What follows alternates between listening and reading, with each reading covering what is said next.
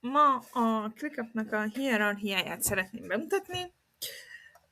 Egyszerű példa erre, hogy az egész terület az a naprendszer. Ha különböző naprendszerek között akarunk menni, akkor űrhajóra van szükségünk, vagyis akkor szükségünk van egy másik workspace meghívásra, hogyha mondjuk egy másik szeretnénk menni, és az nem látszik itt mindenkinek.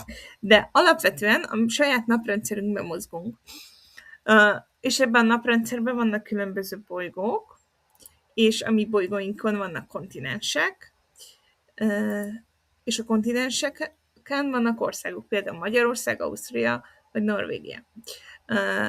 Ausztrália az maga egy kontinens és egy ország is egyben, szóval az külön áll, ugyanolyan lista. A kontinensek azok most itt például a mappák, és az országok pedig a listák.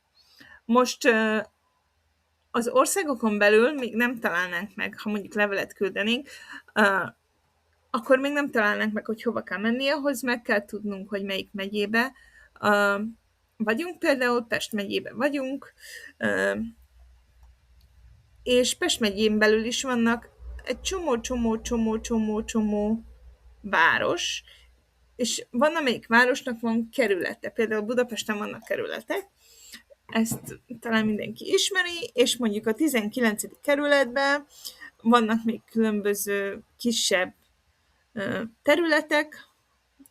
területek, és ezeken belül vannak az utcák, például a Rákóczi utca, biztos van ott is, az rengeteg helyen van, és mondjuk ebben az utcában lehet mondjuk egy 9-es ház, soha nem voltam itt, úgyhogy fogalmam sincs, hogy itt van-e vagy nincs.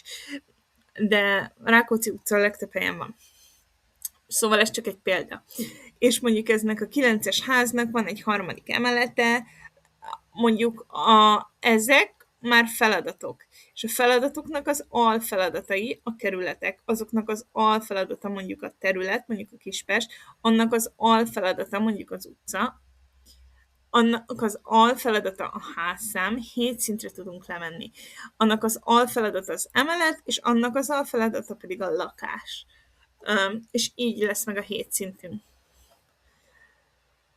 És akkor így épül fel a hierarchia, szerintem így a legegyszerűbb megjegyezni, hogy hova küldjük a levelünket. Vagyis hol foglal el helyet az a mi feladatunk.